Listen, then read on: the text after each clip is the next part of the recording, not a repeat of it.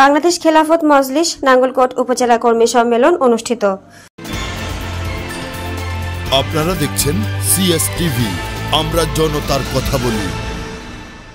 বাংলাদেশ খেলাফত মজলিস কুমিল্লার নাঙ্গলকোট উপজেলা কর্মী সম্মেলন রবিবার বিকেলে মাদ্রাসাতুল বোখারি মাঠে অনুষ্ঠিত হয়েছে।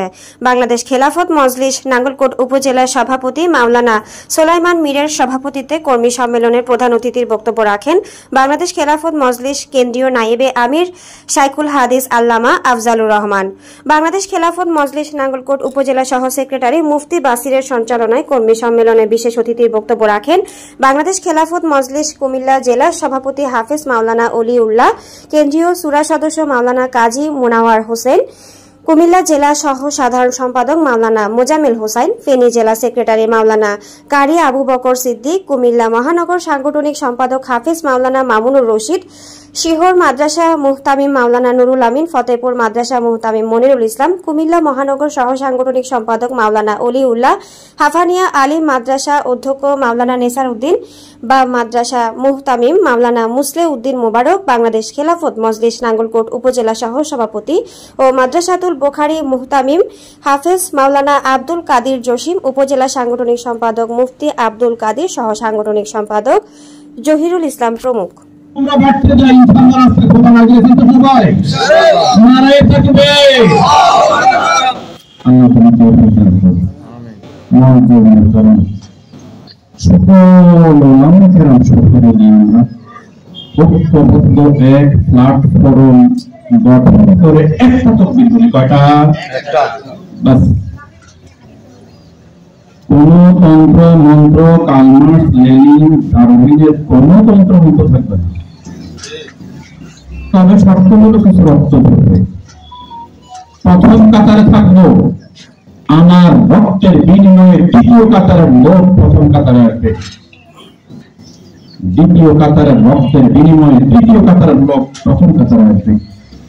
এইভাবে রক্ত ঝরতে ঝরতে যখন কয়েক কাতার ভরে যাবে, আল্লাহ তাআলা দেখবেন না এরা তো পিছপা হতে নাই, আমি খেলাফত দিয়ে দিলাম। আচ্ছা, সাহাবায়ে কেরাম ছিল, সমস্ত সাহাবায়ে কেরাম জান এবং মান নিয়ে রাসূলের সঙ্গে ছিলেন। কারণ নেতৃত্ব যিনি দিয়েছেন ওনার মূল মাকসাদ শাহাদাত ফি সাবিলিল্লাহ, জীবন দিবে, রক্ত দিবে, এরপরে আল্লাহর জমিনে কালেমার পতাকা উত্তোলন করাই মাকসাদ ছিল মুহাম্মদুর রাসূলুল্লাহর চেতনা। এই জন্য আল্লাহর রাসূল সাল্লাল্লাহু আলাইহি ওয়াসাল্লাম যতগুলো যুদ্ধ অংশগ্রহণ করেছেন, যত সাহাবায়ে কেরামকে নসিহত করেছেন, নেতার যে মনের তামান্না ছিল, এই তামান্না যখন শ্রোতাদের অন্তরের মধ্যে ঢুকে গেছে, শ্রোতারা তখন ফ্যামিলি আর পেরেশানি করে নাই, দুনিয়ার রিজিকের পেরেশানি ছিল না, একটাই পেরেশানি ছিল মুহাম্মদুর রাসূলুল্লাহ যে মিশন নিয়ে জমিনে আগমন করেছে, সেই মিশন আমরা রক্ত দিয়ে, জান দিয়ে, সন্তানকে কুরবানি করে, পরিবারকে বিসর্জন দিয়ে কাফেরের বিরুদ্ধে লড়াই করে ইবনে শাহাদাতু ওয়া ইবনুল খালাফা, ইবনে শাহাদাতু ওয়া ইবনুল শরিয়া, নয় খেলাফত, নয় শাহাদাত, নয় শহীদ, নয় জীবন দিব, রক্ত দিব। নাহনুল্লাযীনা বায়াউ মুহাম্মাদা আলাল জিহাদি মা বাকিনা আবাদা। আমার সাহাবীরা বলেছেন, ইয়া রাসূলুল্লাহ, ইয়া রাসূলুল্লাহ, আপনার আচরণ করেছি, আপনার হাত ধরেছি, দেহ থাকতে, রূহ থাকতে আপনার পিছনে লড়াই করে যাব, লড়াই করে যাব, লড়াই করে যাব। এজন্য মুহতারাম হাজিরিন, হুজুর যে কথা বলেছেন ওয়ারিস নবী, রক্ত আমাকে ছড়াতে হবে। আমার রক্তের মায়া করলে হবে না, আমার রক্তের মায়া করলে হবে না, আমার হাতের মায়া করলে হবে না। বাতিলরা যখন আমাদের দিকে চোখ ঘুরে তাকাবে, আমরা মাথা ভয়ে নিচের দিকে তাকাবো না। मर्द मोमिन बातिल से हरगिज़ खौफ खा सकता नहीं, सर कटा सकता है लेकिन सर झुका सकता नहीं। আমরা মাথা নত করার কোনো মানুষ নয়, বরং যখন আমাদেরকে জবাই করে দিবে, তারপরে বাতিলের সামনে চোখ উপর করে বলবে ইন্না শাহাদাতু ওয়া ইন্না শরিয়া। এই কুলাঙ্গারের দল, এই বেঈমানের দল জবাই কর, আমার জবাইয়ের মাধ্যমে দেশে ইসলামী হুকুমত কায়েম হবে, এমন চেতনা আমাদের থাকতে হবে। এই জন্য মুহতারাম হাজিরিন, ঐক্যবদ্ধ প্ল্যাটফর্মে আমাদের থাকতে হবে। কোন কথা বললে আগে লাগতো আওয়ামী লীগের গায়ে, সেই কথা যদি আমরা আবার বলি, সেই কথাগুলো কোনো কোনো দলের গায়ের মধ্যে লাগে। আমরা পরিষ্কার বক্তব্য দিচ্ছি এটাই, আওয়ামী সরকার খেয়ে গেছে, খেয়ে বাঁচছে, কাউকে বেটার সম্পদ খেতে দিব না, কাউকে খাওয়ার আগে এই দেশ থেকে ইনশাআল্লাহ রক্তের বিনিময়ে আমরা বিচারকে করেই থাকবো ইনশাআল্লাহ। যদি বাঁচতে হয়, সত্য কিনে থাকতে হয়, সত্য কিনে মরতে হয়, সত্য কিনে কবরে যেতে হয়, সত্য কিনে হাসপাতালে উঠতে হয়, সত্যের পক্ষে থাকতে হয়, আমাদের সত্য থাকতে হবে। সত্যকে সাথী সাহেবের ঘটিতে দল কাজে আমাদের নাঙ্গলকোটে এটা চলবে না, হাজার হাজার লোক আসতে হবে। আমি এখানেও গেলাম, সেখানেও গেলাম, আমি একজন প্রশ্ন করছিলাম মানব সাহেব কেমন ছিলেন, আপনার কি উনি তো আমার সঙ্গী, উনি আপনার সঙ্গী, খাদ্য সাহেব উনি আমার ওস্তাদ, তা আমরা ওস্তাদে আপনি বাইরে আরেক দল কেমন সাহেবের তো আমরা ওস্তাদে হয়, 100 বার পড়লে তো ওস্তাদের বিরুদ্ধে অবস্থা হয় না, কোনো মতাই না, কোনো অবস্থাতেই না।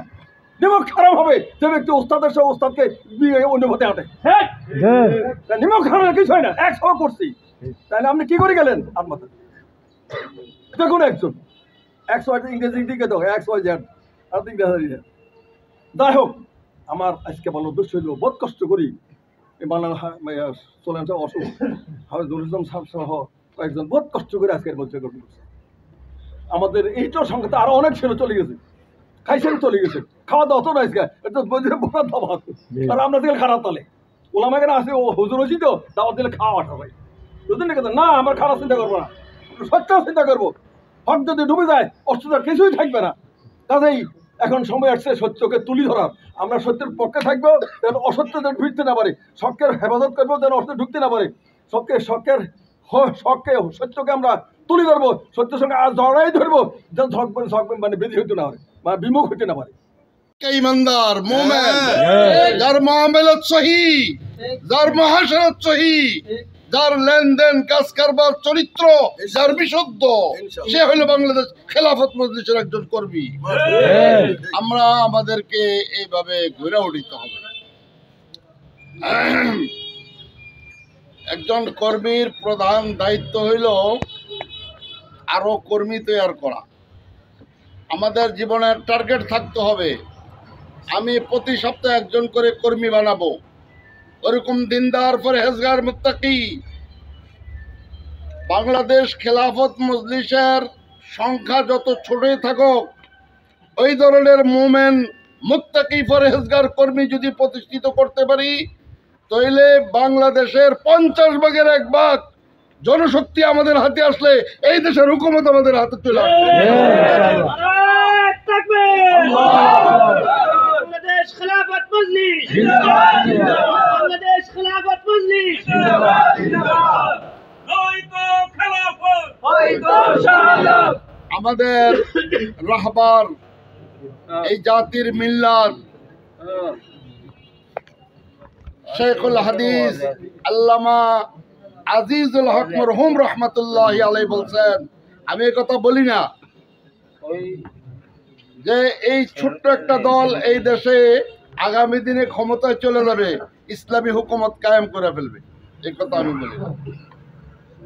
তবে আমি এই কথা বলি, বাংলাদেশের খেলাফত মজলিসের কর্মী প্রত্যেকটা বুলেট হবে, এমন হবে এই দেশে যে রাজত্ব চালাক ইসলামকে ঠিক রাখতে হবে, ইসলামের সাথে সংঘর্ষ, ইসলামের সাথে ইসলামের ক্ষতিকারক এমন কোন ব্যবস্থা এই দেশে চালু করতে পারবে না এই দেশ। এই জন্য ভাই আমরা নিজেদেরকে বাংলাদেশ খেলাফত মজলিসের কর্মী মানাবার জন্য প্রত্যেকে নিয়ত করে, প্রথম নম্বরে আমি নিয়ত করি, কি নিয়ত করব? যে আমি বাংলাদেশ খেলাফত মজলিসের কর্মী মানি, আমার জান, আমার মাল, আল্লাহ তাআলা আমাকে যে বিবেক বুদ্ধি দিছে, যে ইলম দিছে, আমার এই সবটা আল্লাহর দ্বীন বাংলাদেশে খেলাফত প্রতিষ্ঠা করার জন্য ব্যয় হবে। আগে আগে থাকিও একটা হুইল সাইরে নিয়া তোমাদের মিটিং নিছিলে, আমাদের তোমার পিছনে পিছনে তো কেমন তামান্না, কেমন দিনের জজবা। তো সর্বপ্রথম ভাই আমি আপনাদের সামনে কোরআন শরীফে একটা আয়াত তেলাওয়াত করছি। সেই আয়াতের মাধ্যমে খেলাফত রাষ্ট্রবাদ সম্বন্ধে কিছু কথা বলবো। এর আগে বলবো, আমরা কোনো অবস্থাতে আশঙ্কা মুক্ত নই। যে দিন বৈষম্য বিরোধী আন্দোলনের পর 5 মাস সরকার পালিয়ে গেল, সেই দিন থেকে চিন্তা করতেছি যে একটা বিপদ, একটা পেরেশানি থেকে হয়তো আমরা একটু মুক্তি পাই। কিন্তু অন্যদের এখন খুশির দিন, তাদের আর কিছু নেই। তাদের মধ্যে একটা সরকার চলে গেছে, জাগতিক সরকার, বিজেপির আইনে গড়া আইন কানুনের দেশ চালাইবে, ব্রিটিশ আইনের দেশ চালাবে, তার হয়তো সুন্দর করে চালাবে। এখন আর আইনাগর হবে না। এখন আর একটা মামলা একজনকে জেলে দিয়ে তার জন্য মামুল সাহেবের মতো 39টা মামলা তারপরে দেওয়া হবে না। অহত নির্দেশকদেরকে ফতে কেড়ে ধরে হয়রানি করা হবে না, বাড়িঘর উচ্ছেদ করা হবে না, চাকরি থেকে উচ্ছেদ করা হবে না, ওটা তাই হবে না। কিন্তু এখানে আল্লাহ মিনহাজুল কিতাব সুন্নাহ, আল্লাহ তরিকুল কিতাব সুন্নাহ, আল্লাহ তরিক নবী সাল্লাল্লাহু আলাইহি ওয়াসাল্লাম আজমাইন, সেই তরিকাতে ওরা তার রাষ্ট্র চালাবে। তাদের স্বপ্ন তো সেটা না, তাদের উদ্দেশ্য সেটা না। আমাদের তখনও কাজ করতে হয়েছে, তা আজও আমাদেরকে কাজ করতে হবে। তো এই আল্লাহর জমিনে, আপনার জমিনে আপনি কিছু ফসল ফলাইতে আগাছা মুক্ত করতে হবে, জমিনকে সুন্দরভাবে চাষ দিতে হয়। এখন দেখেন অনেক আগাছা, এইগুলি আলেম ওলামারাই এবং বাংলাদেশ খেলাফত মজলিস এইগুলি করবে। সর্বপ্রথম কাদিয়ানি সমস্যা, পৃথিবীর সকল মুসলিম রাষ্ট্র ওলামাগণ মুক্তবে কাদিয়ানিরা কাফের, কাদিয়ানিরা অমুসলিম। পাকিস্তানের মতো রাষ্ট্রে সেখানে সংসদে আইন করে কাদিয়ানিদেরকে সংখ্যালঘু কাফের ফাঁসে যে মুসলমানদের আমরা পারি না। এখন কথা হইল আমাদের এত মাথা কামানি কেন? কাদিয়ানিদের প্রতি আছে, আমরা দাওয়াত তাবলীগ করি, আমরা মাদ্রাসায় তালিম করি, খেলাফত মজলিসের কাজ করি, দিন কায়েমের কাজ করি। আরে আমরা তো খেলাফতের কাজ করতেছে, খেলাফত রাষ্ট্রের ব্যবস্থা কায়েম করার জন্য।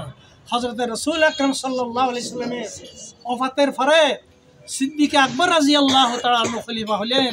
ওনার সামনে দুইটা বিপদ, একটা হলো মুনকিরিনে যাকাত। তারা কতগুলো লোক নতুন অবুঝা কিছুদিন আগে মুসলমান আছে, তারা কয় যে আল্লাহ রসুল্লাহ আমরা জাকাত দিচ্ছি, রসুল আমাদের মুরব্বী ছিলেন, তার কাছে আমরা জাকাত দিলে আমরা জাকাত। আর কতগুলো লোক হুজুর ওফাতের পরে মুদ্দাই নবুয়ত, মুসাইলামা কাজ্জাব, আনাসি ইত্যাদি কিছু লোক নবুয়তের দাবি করলো। সিদ্দিক আকবর মুনকিরে যাকাতের কি কয় প্রতিহত করলেন, শায়েস্তা করলেন। আর যারা মুদ্দাই নবুয়তের দাবি করেছিল সিদ্দিক ওদেরকে কিন্তু শায়েস্তা করলেন, তাদের বিরুদ্ধে জাহাদ ঘোষণা করলেন। কারকে জেহাদের মাধ্যমে খতম করে দিচ্ছে, আর কেউ নিজে নিজে সরকার তওবা করছে। তাইলে খেলাফতের রাজের সিদ্দিক অনুকরণে কাদিয়ানীদেরকে এদেশে অমুসলিম ঘোষণা করার, কাফের ঘোষণা করার চেষ্টা আপনাদেরকেই করতে হবে।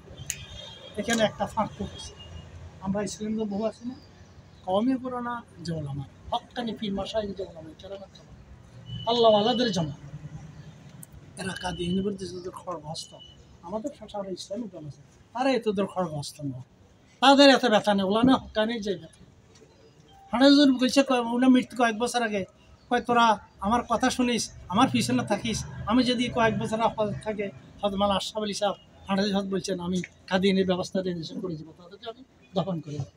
আল্লাহ হুজুরকে হায়াত দেন। কিছু লোক আছে রাজনীতি করে, এদিকে ডানি বামে, ইউরোপ আমেরিকা চীন জাপানের দিকে দেখে যে এই কাদিয়ানিদের কিছু করলে আমেরিকা কিন্তু তাদের কাজ, তারা এটাকে লালন ভালো করে। এটা ব্রিটিশ আমলে কী করে, এটার জন্ম বিজেপিদের জন্ম। এরা করে এখন কাদিয়ানির উপর হাত দিলে ওরা আমাদের নামাজ হয়ে যায়, এরকম তাদের ভিতরের মনোভাব কিছু কথা আছে। সুতরাং কাদিয়ানির সমস্যা আমরা এটার জন্য আমাদের চেষ্টা করতে হবে। 2 নম্বরে দিনকে নস্যাৎ করার জন্য দাওয়াত দিলে একটা মহৎ কাজ, যে সন্ত্রাসী সাত গুরু এদের বিরুদ্ধে আমাদের সজাগ। তারপরে আর একটা দল হিজবুত তৌহিদ নামে বার হয়েছে, সমস্ত তৌহিদের বিপরীত শিরকিয়া কাজ। হিজবুত তৌহিদের আকীদা হলো কি, ইসলাম ধর্ম, বৌদ্ধ ধর্ম, খ্রিস্টান ধর্ম, হিন্দু ধর্ম, কোন এক ধর্ম পালন করলে এতে মানুষের নাজাত নেই। তার কাছে ওই বায়েজিদ সাহেব, তার কাছে হিন্দু মুসলিম সকলে, বৌদ্ধ সকলে কাপড় পড়ছে, সে সকলের পিসা। হিন্দুদের পিসা, মুসলমান যারা ভণ্ড বুঝে না, অশিক্ষিত লোক, এদেরও সে পিসা। এইটাকে প্রতিবাদ করতে হবে, কাদিয়ানিকে প্রতিবাদ করতে হবে, সন্তে সাত গুরুকে প্রতিবাদ করতে হবে, ওই এদেরকে হিজবুত তৌহিদকে প্রতিবাদ করতে হবে। আপনারা দেখছেন CS টিভি। আমরা জনতার কথা বলি।